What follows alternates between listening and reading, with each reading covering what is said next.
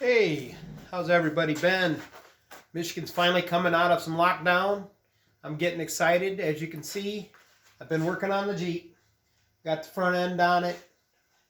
Took me a better part of a month trying to figure out the wiring, which once I did figure out what it was, it took me 15 minutes, literally, to wire it.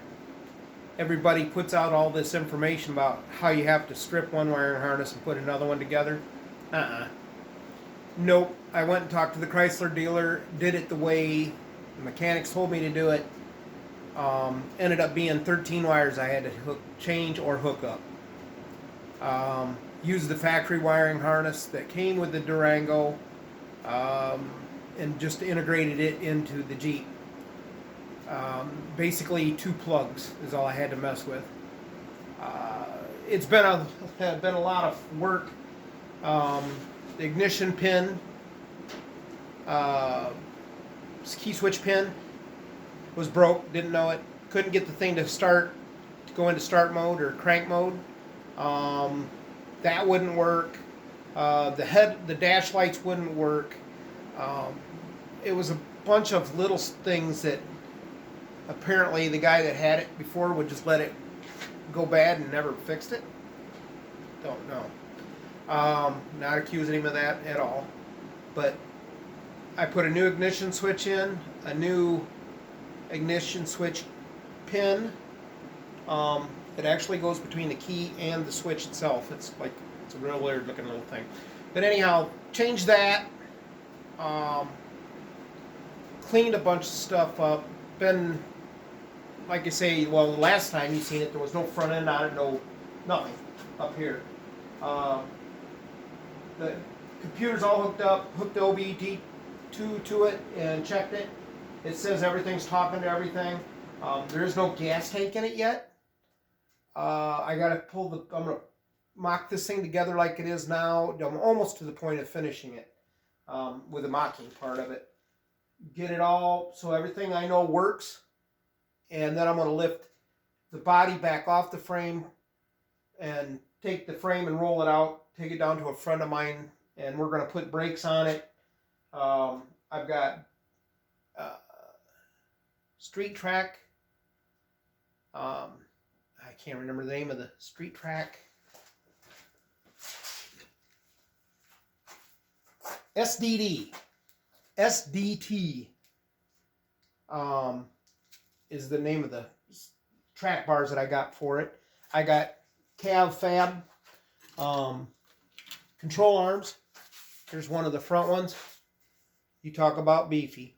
Heimed, all that. It's got a JKS 3300s, 3-inch lift kit springs on it. 360 Magnum. It's got the 46R transmission, I think, or it is the 47. I'm not quite sure. It's the heavier of the two. It's got a Dana. Yeah, it's got the Dana 30s in it, right? The 30 series axles in it right now. I've got an 8.8. Gears are bad, so I'm going to be starting to look for a D2 out of an Explorer, which would be an 8.8, but it's got 410 gears. That's what this has got in it right now. I'm going to run 33s on it. Basically, I'm down to the point of a bunch of little things to finishing it. For the most part, everything works. It's not getting a fancy paint job. It's going to be a Rust-Oleum one. And people are going to say, why? Why do Rust-Oleum? I plan on running this thing off-road. As you can tell, there's no shocks on it, too. I plan on running it off-road. And there's nothing easier than have a can of that, not necessarily this big, but a small can of this, which is Sunrise Red from Rust-Oleum, in the Jeep. And if we go someplace and there's a scratch down the side of it, I could take a paintbrush or even a piece of twig or a Q-tip even, and just touch up the bad few scratches and go on. And when it gets really bad, I'll sand it all off and repaint it again with Rust-Oleum. Because it's for 2 reasons. It's cheap, and I'm not going to put a $2,000 paint job on this thing out to tear it up. I do live in Michigan, and we do have a lot of trails, especially up in Drummond Island. In the Upper Peninsula, there's a lot of rock, and I really like to run it up there. I ordered a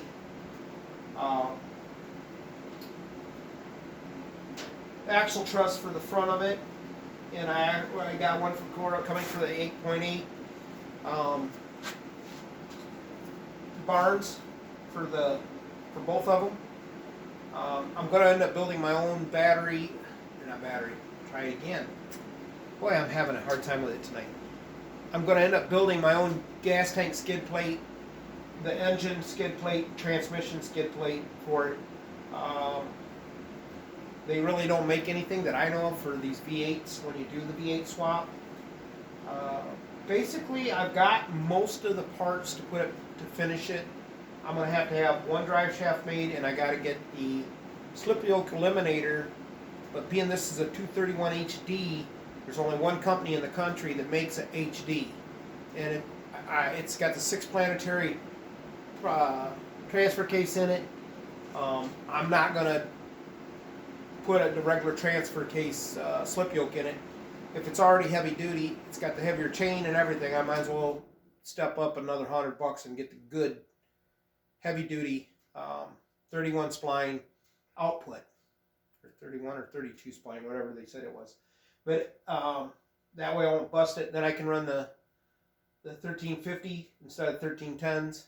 I can run the heavier stuff on the back. And I'm going to be doing some roll cage pieces for this. I'm not going to do a full weld in. A friend of mine and I have been doing a lot of research on it, and there's one that's made by Rock Hard that we like. Either we'll make it similar to theirs, or we'll do something on my own design. That'll all be on my own design, really. I have tubing benders and all that stuff here to do it. So about the only thing that's really left, as you can see down here at the bottom on both sides, I have to fix bodywork there, bodywork back in the back. This is the pattern for my rock slider. Yes, they are going to be both sided, so when it goes on, they'll go up underneath, and they'll go all the way underneath to the frame, so that you won't, if I get something caught up in here, I won't get hung up and rip the body mounts off the bottom of the frame, or tear the frame mounts up. This all started because of a bad frame, and I don't want to ruin the frame that I got. It's a lot of work to do this, and I don't really particularly want to do it again anytime soon. Although I'd probably help somebody if they live close and I had the time to do it, to help them. Yeah, it's pretty much getting there. I figured, like I say, I'd like to have it on the road by May. I'm hoping. I hope. I don't know if it'll all depend on finances. Because like I say, you got to buy shocks, the drive shaft, and the slip yoke eliminator, and then there's just a lot of material that I'm going to have to buy. I'm building my own bumpers. I am not going to buy something else somebody makes.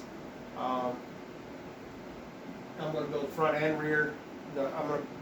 I've designed a rock slider to go around the back of the body on the bottom. Instead of doing a whole steel sides in the back, I'm going to make like a piece that shape goes around the bottom in the back there. Pretty much the only thing I probably will buy after I'm driving it is a spare tire thing. I'm not very far from Elkhart. There's a company called Moride.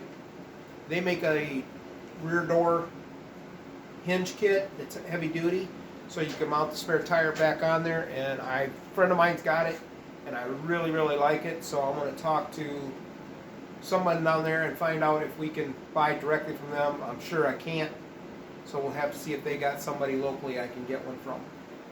But very excited. There's a lot of things that I've watched a lot of videos, read a lot of articles.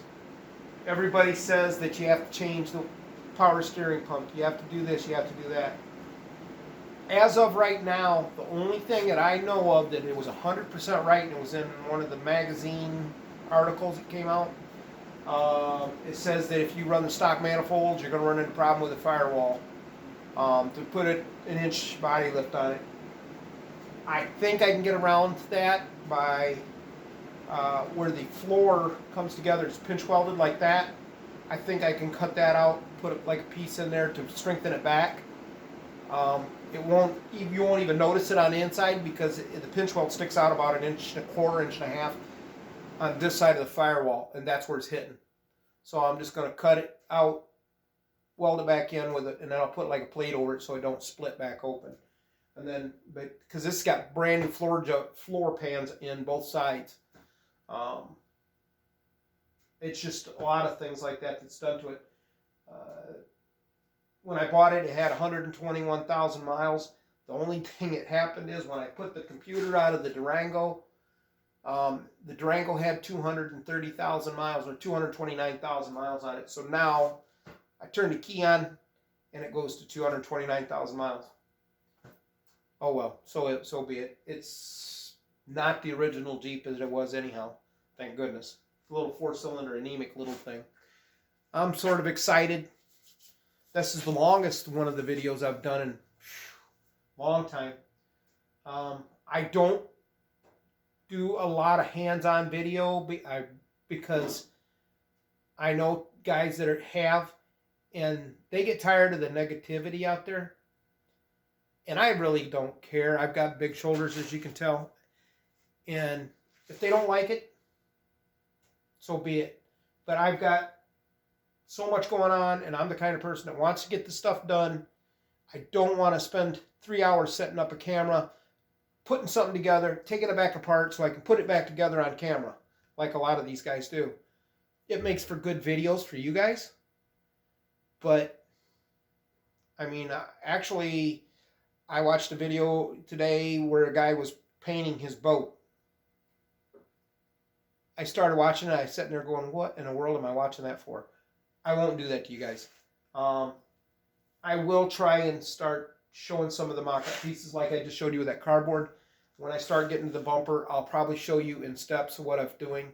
I'm not going to get crazy and start showing any of that. What it's going to be before. I'm no drawings like that or nothing. Because actuality, I'm the kind of person that when I design something and build something for my Jeep, I build it on the fly. And if I don't like it, I cut it off and start over. And so by the time people would see it, it would already be changed. So that's why I'm going to do it the way I'm going to do it. Yeah, it does have a rake to it. There is no gas tank, no rear bumper, no rear tires, spare tire, nothing back there right now. So nearest I can figure, I probably will end up needing about a 1/2 to 3/4 inch spacer here in the front to get it back to level. I set the spare tire and all that stuff in the back, and it brought it down about 1.5 inches, which still left this end about 3/4 to 1 inch low. So most of the time this won't have much more than that in it. If we go up north, I've got a place up there. I don't need to haul a ton of stuff. If we do, I'm going to have I got a camping trailer that I'll pull behind it, so I won't be needing a ton of stuff. So, well, this is a long, drawn-out video, 14 minutes, and well, it's going on 11 seconds. It's probably my world's longest video. So, hopefully, the next video won't be as long as this last one. I know I keep saying that, but I've got this to get done by May. My daily driver has cam chain issues, and I have to get this done so that I can get the engine apart in my Dakota and get that taken care of, the normal 4.7 timing chain problem, and get that done. Like I say, painting it with Rust-Oleum, it ain't gonna take long. The firewall, there's guys come in and said, "Wow, what'd you spray that with?" and I tell them I put it on with a brush, they don't believe it. It's come out that shiny. So, all right, guys, it's good seeing everybody. Hopefully, we'll see some people here soon. Like I say, Michigan's out of lockdown, or it's coming out of lockdown. You can actually go in a restaurant and sit down and have a cup of coffee. First time in over a year, and I still haven't been there. They opened it up about 3 weeks ago. Been working on this, so I haven't had time. Anyhow, I'll talk to you later. Y'all have a good one. Hopefully I'll see you within a week or so. Talk to you later. Goodbye. Good night.